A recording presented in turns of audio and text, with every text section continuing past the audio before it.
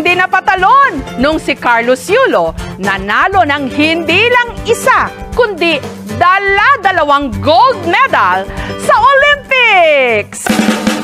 Buong Pilipinas ngayon parang may sapi, pero imbes na lumutang o mag-levitate, nagtatatalon at nagpapasirko-sirko sila.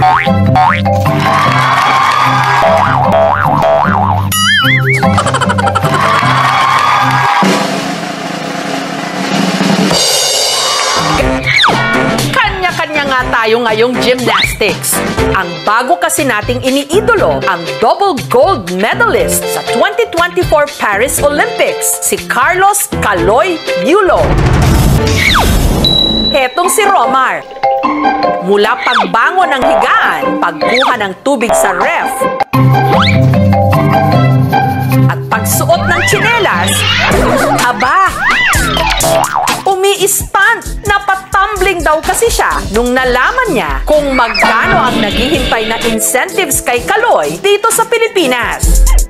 Ang pagsirko-sirko, maning-mani lang daw talaga kay Romar.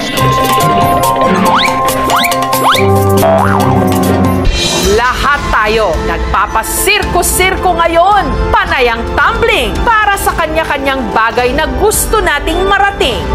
Laban, go for gold at mag-enjoy, mag-Carlos YOLO, because you only live once!